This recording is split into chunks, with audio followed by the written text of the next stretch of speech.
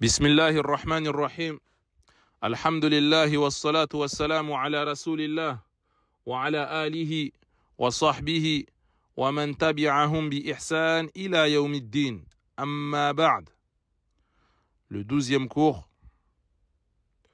Dans le cours précédent, on a lu le 10e hadith qui était Inna Allah tayyibun la yaqbalu illa tayyiba, qui disait que certes Allah est bon et n'accepte que ce qui est bon. Et Allah a ordonné à ses messagers, comme aux suiveurs de ses messagers, de consommer que ce qui est bon, c'est-à-dire ce qui est halal, et également de rechercher sa subsistance dans le halal. Et la conclusion de ce hadith, c'est qu'il faut s'éloigner du haram dans l'absolu et de tout ce qui peut y emmener. Comme le prophète sallallahu alayhi wa sallam l'a mentionné dans la fin du hadith sur le cas de cet homme qui a réuni certaines causes pour que son invocation soit acceptée, mais cet homme est plongé dans le haram. Et c'est ce qui va faire barrière à l'acceptation de son invocation. Et là, le prophète sallallahu alayhi wa sallam, il a voulu montrer surtout qu'il faut s'éloigner du haram et de tout ce qui y conduit et prendre que ce qui est permis et s'y restreindre. Naam. On lit le 11e hadith. عن أبي محمد الحسن بن علي بن أبي طالب سبط رسول الله صلى الله عليه وسلم وريحانته رضي الله عنهما قال: حفظت من رسول الله صلى الله عليه وسلم دع ما يريبك إلى ما لا يريبك. رواه الترمذي والنسائي وقال الترمذي حديث حسن صحيح.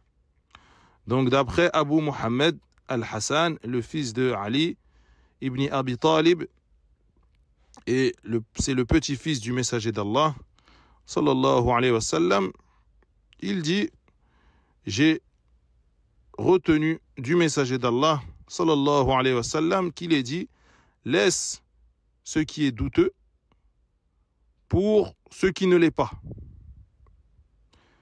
Et ce hadith est rapporté par l'imam al-Tirmidhi ou al-Nasa'i, et l'imam al-Tirmidhi, il a dit que c'était un hadith Hassan Sahih.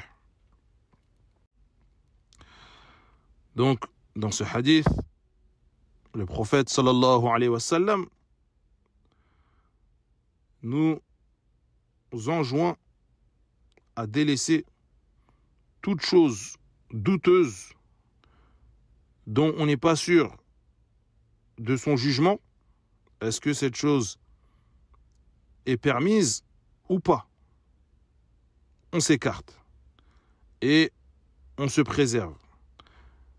Et ce hadith ressemble à un hadith passé qui était le 6e, le hadith de Nu'man ibn Bashir, lorsque le prophète sallallahu alayhi wa sallam a dit: فَمَنِ اتَّقَى الشُّبُهَاتِ فَقَدْ اسْتَبْرَأَ لِدِينِهِ وَعِرْضِهِ وَمَنْ وَقَعَ فِي الشُّبُهَاتِ وَقَعَ فِي الْحَرَامِ.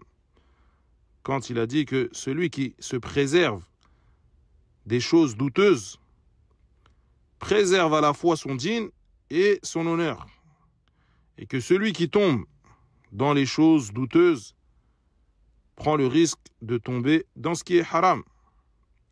Et on se rappelle de ce qu'il fallait retenir de cela, c'est qu'il faut s'écarter des doutes et s'appuyer que sur les choses claires, limpides, sans ambiguïté. Et tu avances avec clarté dans ton dîn. Ala tariqin wadihin. Clair. Peu importe celui qui viendra à toi avec des ambiguïtés, et il y en a. Et il y en aura de ces gens-là qui essaieront de te faire douter. Naam. Et celui qui viendra à toi essayant cela, tu lui diras, comme l'a dit l'imam Malik lorsque un homme voulait débattre avec lui. فقال له رحمه الله اذهب إلى شاك مثلك فإني على ثبات من ديني. Il lui a dit, l'imam Malik, va-t'en rejoindre un de tes semblables qui te ressemble, avec des doutes comme toi, car moi, je suis ferme et sûr de ma religion. Kalamun min imam. Et cette parole, c'est un dars. Elle est à retenir et à mettre en application. Ne pas se laisser embobiner par le premier venu, parce qu'il s'exprime bien, parce qu'il est éloquent, parce qu'il a beaucoup d'abonnés dans ses réseaux, comme beaucoup aujourd'hui, c'est ce qu'ils observent en premier. Ya akhi, celui qui vient avec des doutes sur un sujet du dîn, un sujet clair pour tout le monde, mais lui, il ramène une compréhension erronée, sortie de sa tête, éloigne-toi de lui. Fuis-le. Et ne l'écoute pas. Car si tu tends l'oreille à tous ceux qui viendront à toi avec des doutes, tu risques soit de finir avec eux, soit finir avec plus de doutes qu'eux. Et Allahu A'lam, jusqu'où ça peut t'emmener. Inna hadha al-ilm dinun. فانظروا عن من تأخذون دينكم. Mohammed ibn Sirin, rahimahullah, il a dit cette célèbre parole. Il a dit, cette science est une religion. Donc regardez bien de qui vous prenez cette religion. Naam. قال حفظه الله هذا الحديث فيه الأمر بترك ما يرتاب المرء فيه. Donc ce hadith contient l'ordre pour la personne de délaisser ce qui la ferait douter. ولا تطمئن إليه نفسه ويحدث قلقا واضطرابا في النفس. Et tout ce qui lui emmène le doute et qui provoque en cette personne le trouble et la gêne. Nam. وأن يصير إلى ما يرتاح إليه قلبه وتطمئن إليه نفسه. Et que la personne se conforme à ce qui est clair et qui l'apaise et délaisse toute ambiguïté. وهذا الحديث شبيه بما تقدم في حديث النعمان بن بشير. Et comme on l'a mentionné, ce hadith est semblable au hadith qu'on avait lu de Nu'man ibn Bashir. وهما يدلان على أن المتقي ينبغي له ألا يأكل المال الذي فيه شبهة كما يحرم عليه أكل الحرام.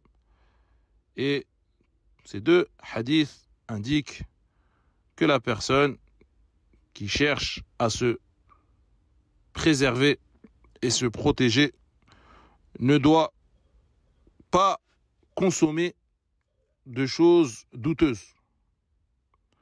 Naam, de même que cette personne, il lui est interdit de consommer ce qui est haram. Naam.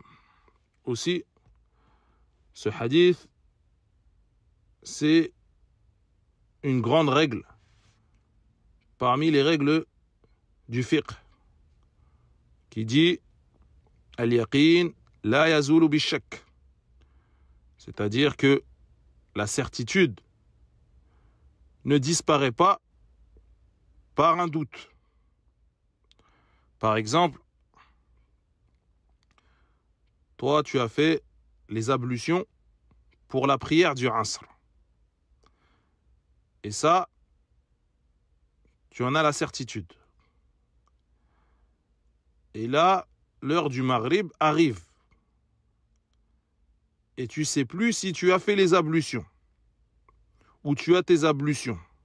Tu restes sur la certitude que tu les as fait pour le Asr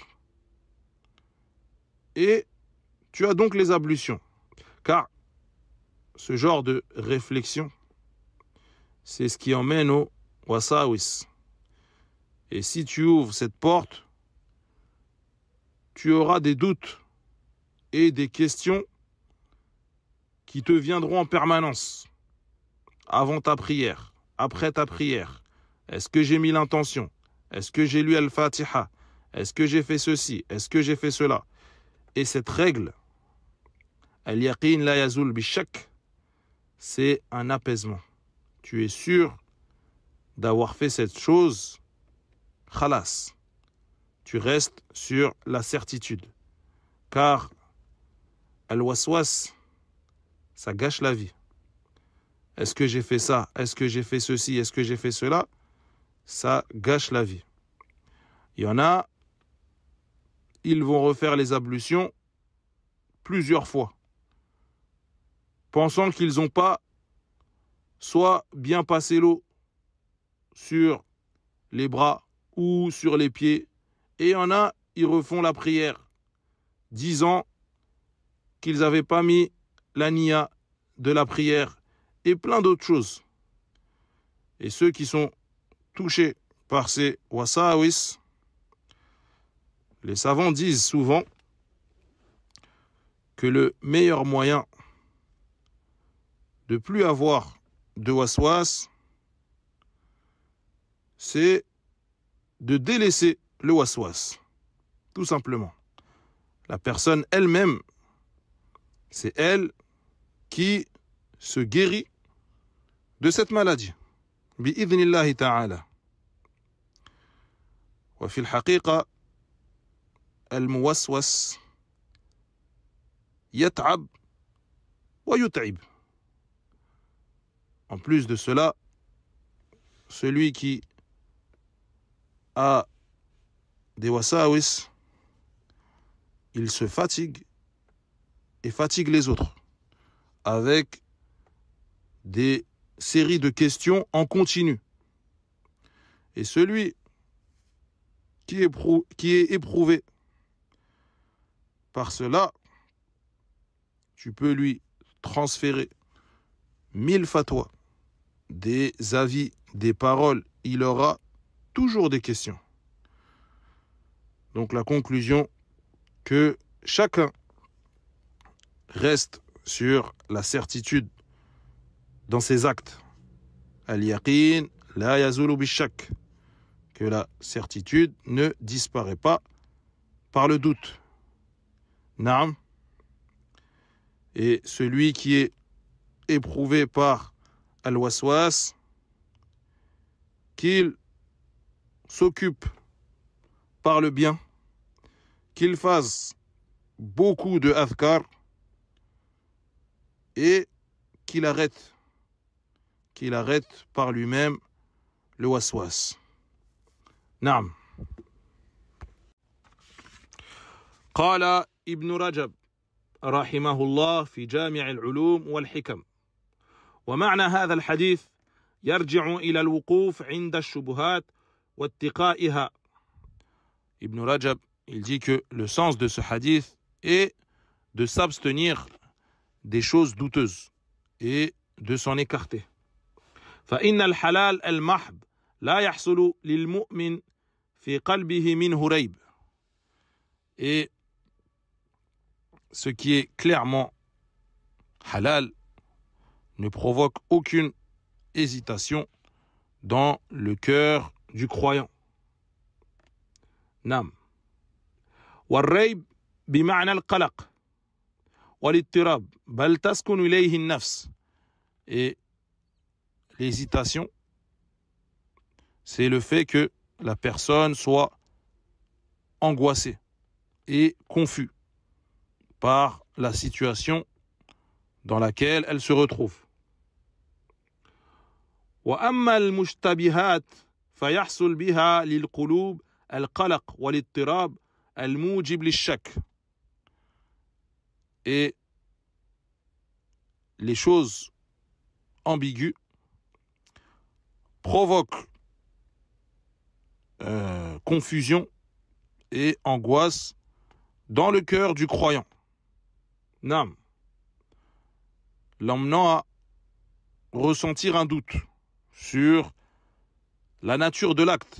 Est-ce que cet acte est autorisé ou non? Nam. وقال أيضا وها هنا أمر ينبغي التفطن له. Et il dit également que là, il y a un point vers lequel il est nécessaire d'attirer l'attention. وهو أن التدقيق في التوقف عن الشبهات إنما يحصل لمن استقامت أحواله كلها. Et il dit que cette attitude d'avoir des doutes et de s'arrêter dans ce genre de situation confuse s'applique sur les personnes qui ont de la retenue en religion, naam, qui ont de l'abstinence. Naam. فأما من يقع في انتهاك المحرمات الظاهرة ثم يريد أن يتورع عن شيء من دقائق الشبه فإنه لا يحتمل له ذلك بل ينكر عليه. Il dit que quant à ceux qui commettent des péchés clairs, puis veulent montrer une certaine retenue face aux ambiguïtés, on leur donne pas d'importance. Et même on doit les blâmer pour cela.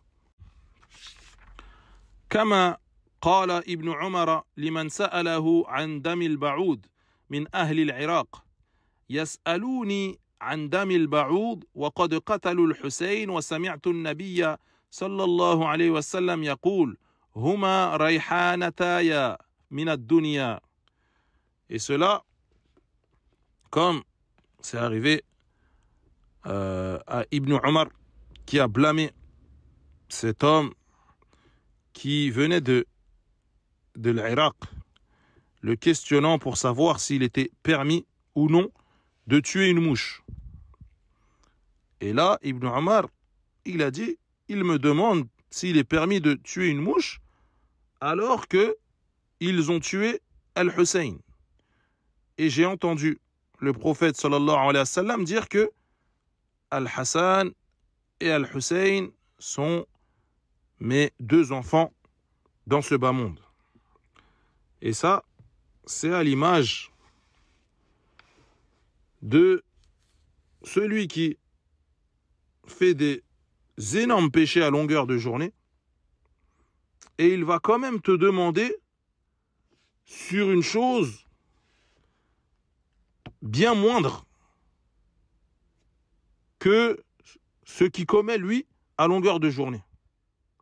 Et ces personnes-là, faut les blâmer sur le champ. Tu lui dis, Akhi, tu fais des monstruosités tous les jours et tu viens demander là-dessus. Corrige déjà tout ça avant de vouloir la réponse d'une chose moindre. Naam, il délaisse des choses obligatoires et il le vit très bien. Il s'en soucie pas du tout. Et il va demander sur une chose même pas recommandée, mais autorisée seulement. Et dans ce profil, il y a certains aussi qui crient dans les réseaux. Faut sortir, faut faire une marche, il faut manifester, il faut. Pendant que lui, il est chez lui, il est assis, confortablement, et il poste. Déjà, Allahu A'lam, ce qu'il veut vraiment. Est-ce qu'il veut juste avoir les projecteurs sur lui, en parlant fort comme ça, ou il veut vraiment apporter un soutien? En tout cas, corrige-toi, toi déjà, avant de vouloir sauver qui que ce soit. Va au masjid, salli ma'al jama'a, fais des actions profitables, lis le Coran, sauve-toi toi d'abord, et ensuite les autres. Et si tu veux vraiment faire du khayr pour tes frères, opprimés ou autres, fais dua. Tu fais dua pour eux. Car c'est bien meilleur que de faire du bruit partout et faire des longs posts sur les réseaux. Naam.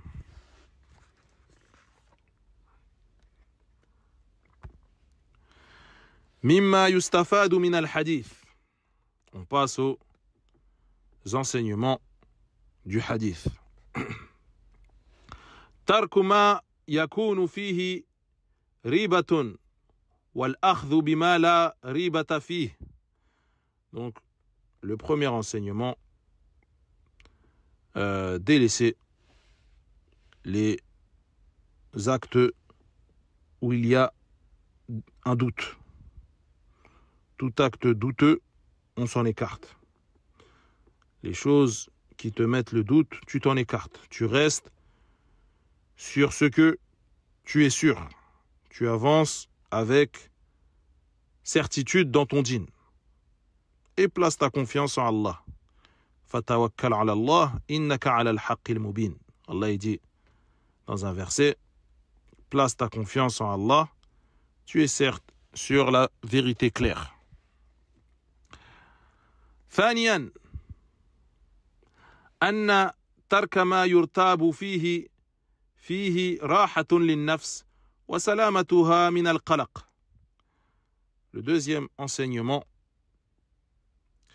délaisser ce qui est douteux apaise et amène à la sérénité et met à l'abri de l'angoisse. Naam.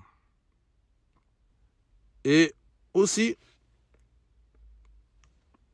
là on voit encore une fois l'importance que le prophète sallallahu alayhi wa sallam donnait à l'enseignement et d'enseigner la religion même aux plus jeunes. Là, c'est son petit-fils Al-Hassan, et il est dit qu'il avait 8 ans quand le prophète sallallahu alayhi wa sallam il est mort. Donc c'était vraiment un jeune enfant quand il a entendu ce hadith.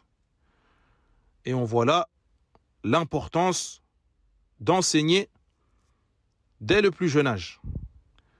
Et ne pas faire, comme beaucoup le font aujourd'hui, cette erreur de retarder, repousser, dès que ça concerne l'enseignement de la religion.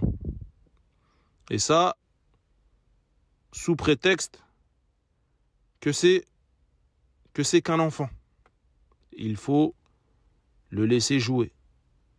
Oui, il faut le laisser jouer. C'est un enfant, mais il y a des choses de la religion que cet enfant doit connaître, et même à son âge. Donc, n'attends pas. ayyuhal ab, ayyatuhal et lui-même, l'enfant, veut être pris au sérieux et pas être considéré tout le temps comme un enfant. Et l'enfant acceptera ce que tu lui donnes, surtout si tu lui dis de façon sérieuse. Comme quand tu parles à un adulte. Il s'en souviendra. Bi'idhnillahi azza wa jal. Il se souviendra de ce conseil que tu lui auras donné et l'attention que tu lui auras donnée. Alors que si tu le laisses grandir et que la religion, il l'apprendra plus tard, comme tu le dis, car c'est qu'un enfant et qu'il doit jouer, c'est tout. Peut-être viendra un jour où il t'écoutera même plus. Et pourquoi? Parce que tu l'as ignoré quand il était enfant, à pas le prendre au sérieux, ni le conseiller en religion. Et ben voilà, maintenant, c'est lui qui t'ignore. Car il a grandi et il ne veut plus t'écouter. Donc il faut faire attention à cela. وكما يقال صغار اليوم هم كبار القوم غدا. Comme il est dit, les petits d'aujourd'hui seront les grands hommes de demain. Et ça, s'ils sont bien orientés dès le départ. On s'arrête là pour ce hadith. نكتفي بهذا القدر. نسأل الله الإخلاص في أقوالنا وأعمالنا وأن يوفقنا في هذه الدنيا وفي الآخرة. وسبحانك اللهم وبحمدك أشهد أن لا إله إلا أنت أستغفرك وأتوب إليك. حياكم الله.